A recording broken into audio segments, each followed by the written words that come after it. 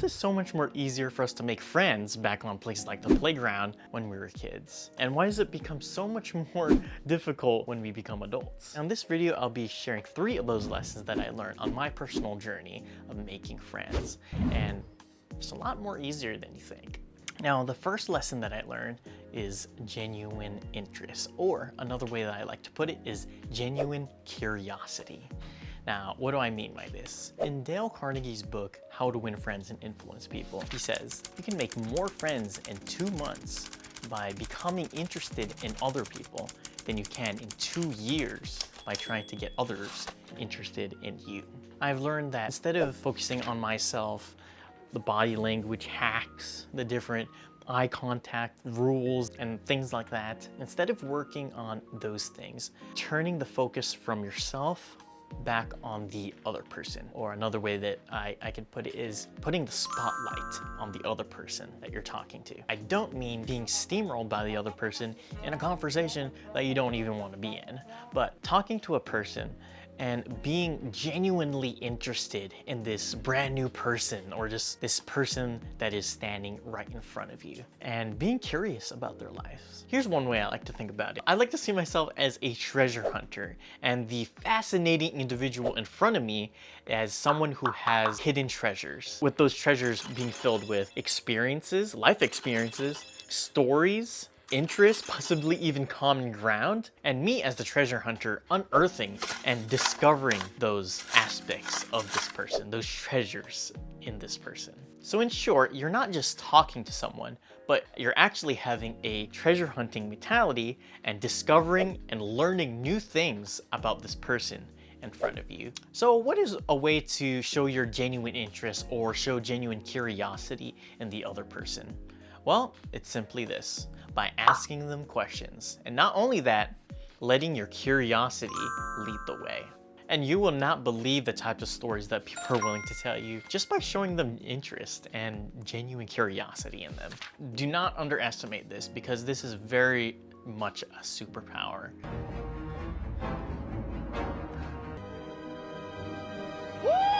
I believe is because of the scarcity of how many people are genuinely interested of other people outside of themselves. Moving on to number 2, and that is letting others talk their heads off. Or another way to put it is letting others talk about what they're interested in. To put it simply, and in my personal experience doing this, when you talk about what you like to talk about, you feel good. This brings us to a quote from The Like Switch. He talks about the golden rule of friendship, and it's this: if you make others feel good about themselves, then they'll like you.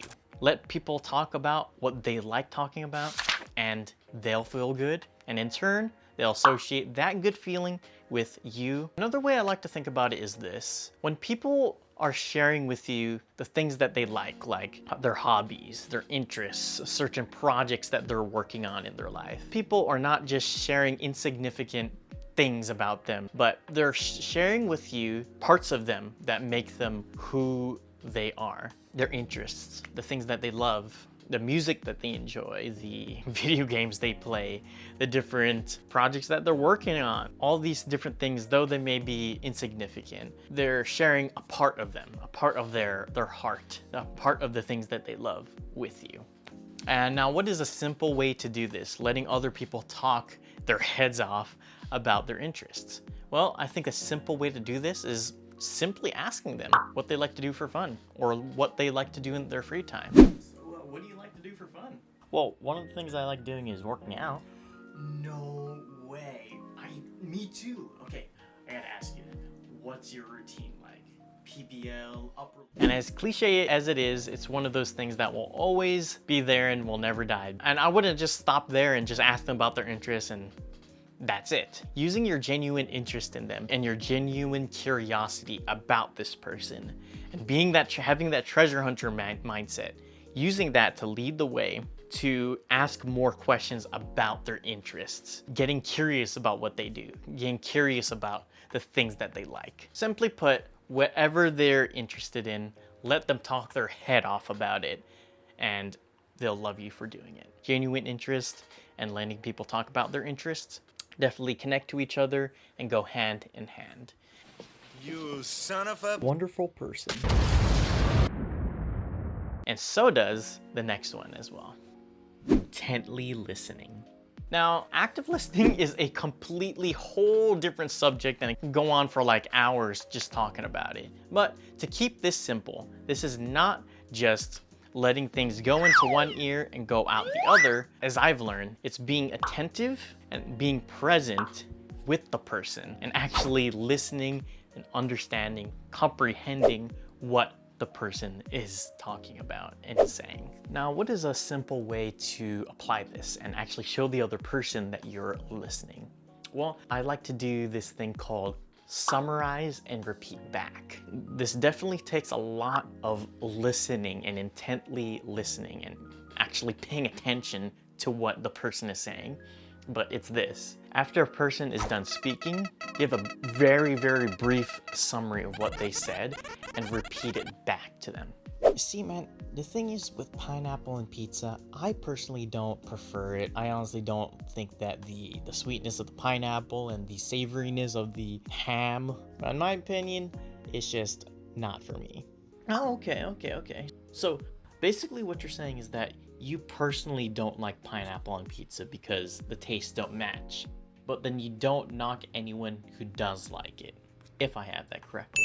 Yes, exactly. I use this a lot, and you'll see that you'll see their face light up and either say, yeah. Oh, yeah. Exactly.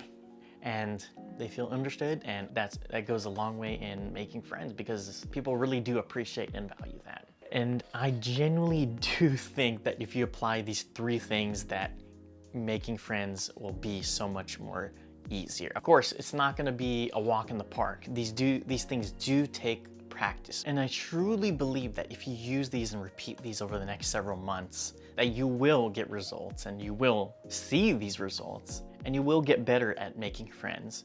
One of the things that we talk about in this video is asking questions. Now, if you're anything like me, you absolutely hate small talk, which is why I recommend this video right here, where I teach a simple technique using questions that you could use to break out of small talk easily. Check it out.